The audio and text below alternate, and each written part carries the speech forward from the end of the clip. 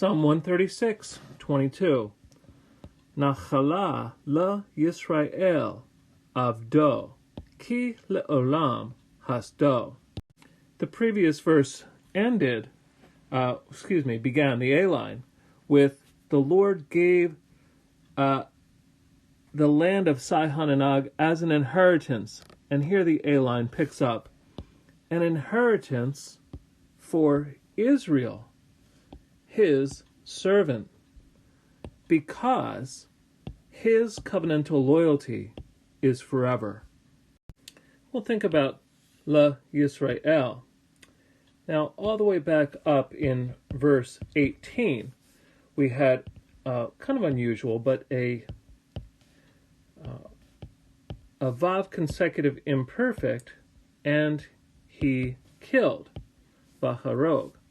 And then in the following two verses, verses 19 and 20, each one of those began with a La Sihon, and La Og.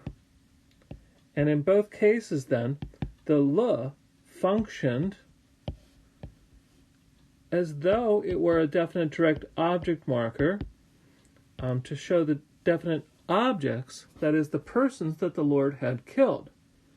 Well, now here in our present verse, verse 22, we see that the La is used more in a conventional sense with a possessive sort of thing, an inheritance given to Israel. That is, this inheritance, the land that used to belong to Sihon and Og, now belongs to Israel.